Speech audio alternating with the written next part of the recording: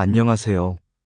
오늘은 넷플릭스 오리지널 시리즈 광장머시 폰원에 대해 진솔하고 깊이 있게 이야기 나눠보려고 합니다. 이 드라마는 참 쉽지 않았습니다. 단순히 액션이 세서 그런 게 아니라 그 안에 담긴 감정이 너무 거칠고 또 너무 슬펐기 때문입니다. 어제 이 드라마를 정주행하고 나서 머리가 멍했고 가슴은 묘하게 무거웠습니다. 복수라는 테마, 형제라는 슬픈 인연, 그리고 인간이 얼마나 잔인해질 수 있는지에 대한 질문들. 그것들이 제 안에서 계속 맴돌았거든요. 광장은 총 8부작으로 구성된 넷플릭스 리미티드 시리즈입니다. 소지섭 배우가 주연을 맡았고, 그가 연기한 인물 남기준은 한때 조직의 핵심이었지만 자신의 형을 위해 아킬레스건을 끊고 조직을 떠났던 사람입니다. 그로부터 11년 후 동생이 죽었다는 소식을 듣고 남기준은 다시 어둠의 세계로 돌아옵니다. 이야기는 그가 하나씩 진실을 마주하고 결국 마지막 결정을 내리기까지의 복수극이죠. 사실 저는 액션보다는 감정 중심의 드라마를 더 좋아합니다. 그래서 이 작품이 저에게 맞을까? 반신반의하면서 시작했어요. 그런데 소지섭 배우가 등장하고 카메라는 한마디 없이 걸어가는 그의 뒷모습을 비출 때 저는 이미 이 작품에 빨려 들어가고 있었습니다. 이 드라마는 정말 잔인합니다. 피가 튀고 뼈가 부러지고 숨이 끊기는 순간들이 아주 적나라하게 보여집니다. 그런데 이상하게도 그 잔인함이 그저 자극적이지 않았습니다. 그 안에는 절절한 이유가 있었거든요. 그 사람이 왜 저렇게까지 할 수밖에 없었는지, 무언가를 지키기 위해서, 어떤 것을 되찾기 위해서, 혹은 이미 모든 것을 잃었기에 그 감정의 농도가 잔인한 장면보다 더 아프게 다가왔습니다. 특히 남기준이 맨몸으로 철창 속에서 적들과 싸우는 장면. 그의 눈빛 속에는 분노보다도 깊은 허무가 있었어요. 그게 더 무서웠습니다. 살기 위해 싸우는 게 아니라 죽어도 상관없다는 표정으로 싸우는 사람. 그 표정을 소지섭 배우는 놀랍도록 담담하게 그러나 처절하게 연기합니다. 이 드라마의 중심에는 형제의 이야기가 있습니다. 남기준은 동생 기석을 지키기 위해 모든 것을 내려놨습니다. 자신의 다리, 자신의 위치, 그리고 자유까지. 그런데 돌아온 현실은 기석이 배신당하고 죽임을 당한 것이었습니다. 그리고 그 죽음에는 기준이 떠났던 그 세계의 그림자가 짙게 드리워져 있었죠. 사실 이 작품에서 가장 무서운 건 사람이었습니다. 악당이 별도로 존재하는 게 아니라 믿었던 사람들이 하나씩 무너지고 그 틈에서 나타나는 탐욕과 증오, 그것이 진짜 적이었습니다. 그래서 더 현실적이고 더 슬펐습니다. 소지섭 배우는 말이 거의 없습니다. 그는 눈으로 연기합니다. 그리고 그 눈빛은 슬픔을 품은 분노, 분노 안의 체념, 그 체념 속에 어떤 희망 같은 것을 보여줍니다. 또한 조연 배우들의 연기도 굉장히 인상적이었습니다. 허준호, 조한철, 이범수 배우가 만들어낸 강렬한 존재감은 드라마의 긴장감을 끌어올렸고, 공명, 추영우 등의 젊은 배우들은 각자의 욕망과 두려움을 사실적으로 표현해냈습니다. 연출도 눈여겨볼 만합니다. 전체적으로 어두운 톤, 색감은 거의 흑백에 가까울 정도로 톤 다운되어 있었고, 카메라는 느리고 조용하게 움직입니다. 음악은 절제되어 있었고, 필요한 순간에만 등장해서 감정을 폭발시키는 도구로 사용되었죠. 특히 마지막 에피소드에서 기준이 복수를 끝낸 후 혼자 앉아있는 장면에서 흐르던 피아노 선율. 그 음악은 한마디 대사보다 더 많은 말을 했습니다. 스포일러가 될 수 있지만 리뷰의 완성도를 위해 잠깐 언급하겠습니다. 남기준은 결국 모든 복수를 완성합니다. 하지만 그는 살아남지 못합니다. 그 선택은 어쩌면 예정된 것이었고, 그의 복수가 완성된 순간 삶의 이유는 사라졌던 걸지도 모르겠습니다. 누군가는 이렇게 말할 수 있습니다. 살아남아야지, 그래야 진짜 승리지. 하지만 이 드라마의 세계관에서 기준의 죽음은 그가 마지막으로 선택할 수 있는 존엄한 방식의 퇴장이었어요. 물론 이 작품에도 아쉬운 점은 있었습니다. 특히 초반부 서사가 조금 불친절했습니다. 인물 관계에 대한 설명이 부족해서 처음엔 누구와 누가 어떤 사이인지 헷갈릴 수 있었고요. 또 너무 많은 캐릭터들이 등장해서 집중이 분산되기도 했습니다. 그리고 폭력의 수위. 저처럼 감성 중심의 드라마를 좋아하시는 분들에겐 조금 버거울 수도 있습니다. 그래서 저 역시 보는 내내 이 장면은 안 봐도 되는데 싶은 순간들이 있었습니다. 그리고 이 드라마가 가진 또 하나의 강점. 바로 조연 캐릭터들의 힘입니다. 사실상 이 인물들이 없었다면 광장은 절반도 완성되지 못했을 겁니다.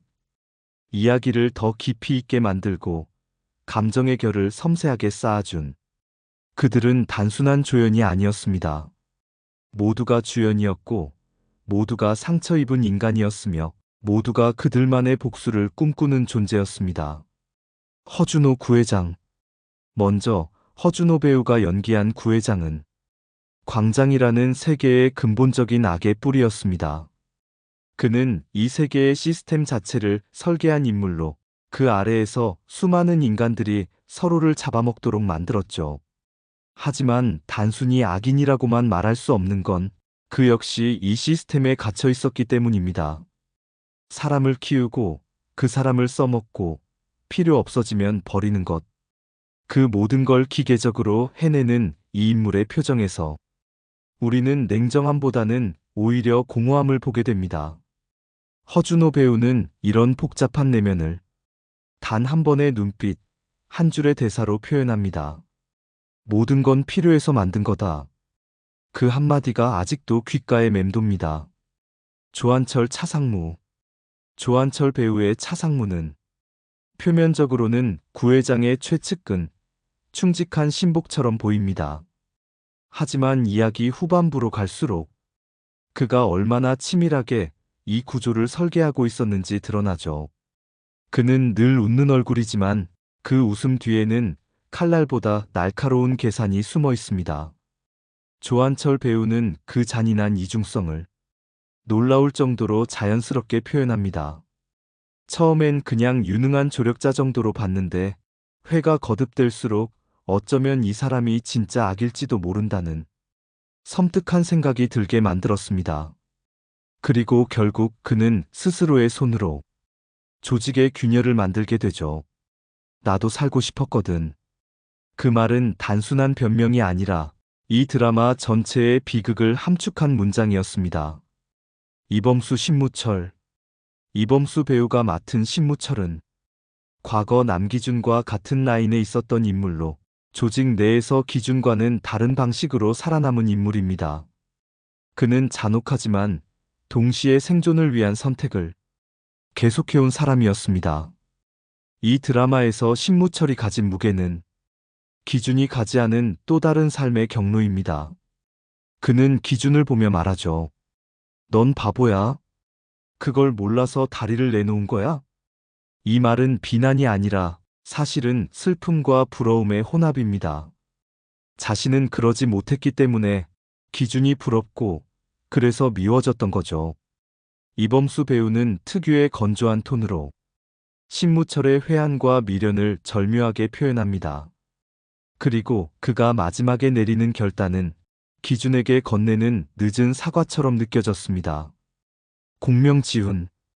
공명배우가 연기한 지훈은 이 드라마에서 가장 복잡한 캐릭터 중 하나입니다. 겉으로 보기엔 늘 당당하고 정의로워 보이지만 그 안에는 깊은 분노와 열등감이 숨어 있습니다. 지훈은 기준을 동경하면서도 그를 증오했고 동시에 자신의 존재를 인정받고 싶어 했습니다. 그래서 그의 모든 행동은 기준을 향한 왜곡된 갈망이었습니다. 공명 배우는 그런 복잡한 심리를 눈빛 하나로 보여줍니다. 말보다는 숨소리, 움직임보다는 멈춤이 많았고, 그래서 더 많은 것이 보였습니다. 그가 기준에게 나도 똑같이 했어라고 말할 때, 그 말은 승부가 아니라 절규였습니다. 추영우 진우. 추영우 배우가 맡은 진우는 지훈과는 또 다른 방식으로 폭력과 권력에 물들어가는 청춘을 상징합니다. 그는 처음엔 맑고 순수한 인물이었지만 자신이 살기 위해 혹은 증명받기 위해 점점 변해가죠. 진우는 이 세계의 희생자입니다. 어쩌면 기준보다도 더 안타까운 인물일지도 모릅니다. 추영우 배우는 그런 변화의 과정을 굉장히 섬세하게 연기했습니다. 특히 혼자 술을 마시며 무너지는 장면에서 그가 흘리는 눈물이 연기가 아니라 진짜처럼 느껴졌습니다.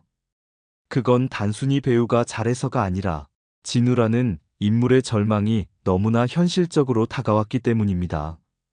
차승원 오병수 특별 출연. 그리고 마지막으로 정말 짧은 분량이었지만 강렬한 인상을 남긴 차승원 배우의 오병수. 그는 조직의 원로이자 모두가 두려워하는 존재로 등장합니다. 하지만 그 안에는 고독과 회한이 서려 있습니다. 차승원 배우는 그 짧은 등장 속에서도 말의 무게를 다르게 만들었습니다. 그가 말하는 복수에는 끝이 없다는 말은 이 드라마 전체를 관통하는 주제와도 맞닿아 있죠. 그리고 그의 존재는 기준이라는 인물이 복수를 넘어 어떤 끝을 택할 수밖에 없었던 운명의 한 조각처럼 느껴졌습니다. 이렇게 각각의 캐릭터들이 하나의 퍼즐 조각처럼 맞물리며 남기준의 복수 여정을 완성해냅니다.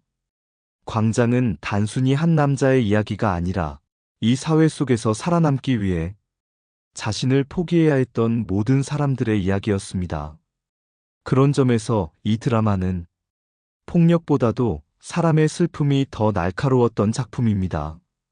그리고 그 슬픔은 배우들의 눈빛과 말들 속에서 조용히 그러나 분명하게 스며들어왔습니다. 광장은 단순한 액션물이 아닙니다. 이건 사람에 대한 이야기입니다. 복수에 대한 이야기이자 사랑했던 사람을 지키지 못한 죄책감에 대한 이야기이며 무너진 인간성 속에서도 끝까지 지켜내고 싶었던 존엄의 조각에 대한 이야기입니다. 마냥 추천하긴 어렵습니다. 정서적으로 무겁고 잔혹한 장면이 많기 때문입니다. 하지만 만약 지금 마음속에 어떤 질문이 있다면 사람은 왜 저렇게까지 되는 걸까? 복수는 정말 의미가 있는 걸까? 사랑했던 사람을 잃으면 우리는 어떻게 살아야 할까? 그런 질문이 있다면 광장은 그 답을 말해주지는 않지만 함께 고민해 줄 수 있는 작품입니다. 오늘은 이렇게 넷플릭스 오리지널 시리즈 광장에 대해 감정 중심으로 이야기해 봤습니다. 끝까지 시청해 주셔서 감사합니다. 오늘 영상이 마음에 드셨다면 좋아요와 구독, 알림 설정, 남기준이 환영합니다. 다음 영상에서 더 따뜻하고 더 공감되는 이야기로 다시 찾아뵙겠습니다. 감사합니다.